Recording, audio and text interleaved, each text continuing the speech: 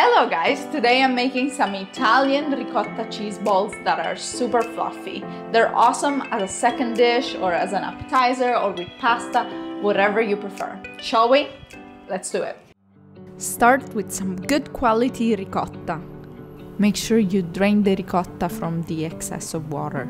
And add about 1/4 teaspoon of salt. Also some black pepper to taste and some nutmeg that really goes well with ricotta in my opinion. Add in some grated parmesan cheese or another kind of cheese will be fine too. And also add in the breadcrumbs. To flavor the ricotta cheese balls even more, I throw in half of a garlic clove. I don't like to put too much of it because I don't want it to be too overpowering. Trust me, that half a clove really makes a difference. Then to bind all the ingredients together, I cracked in an egg.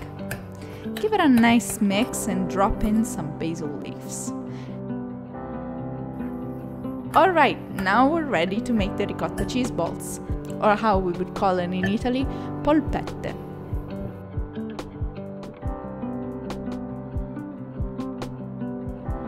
On the side, I fried up half of a yellow onion in about 1 or 2 tablespoons of olive oil. Just a couple of minutes until it starts sizzling. Then I pour in the strained tomato puree. I used the one from the brand Mutti, which is my favorite, and I rinse out the bottle with about 1/4 cup of water. Shake it around and throw it in the pan.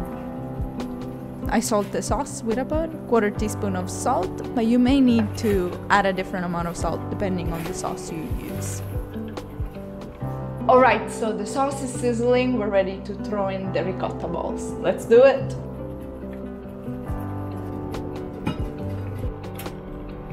So I don't suggest turning the ricotta balls during their cooking time because they're really fragile when they're not cooked. So just cover them with sauce and cover them with the lids and let them finish cooking.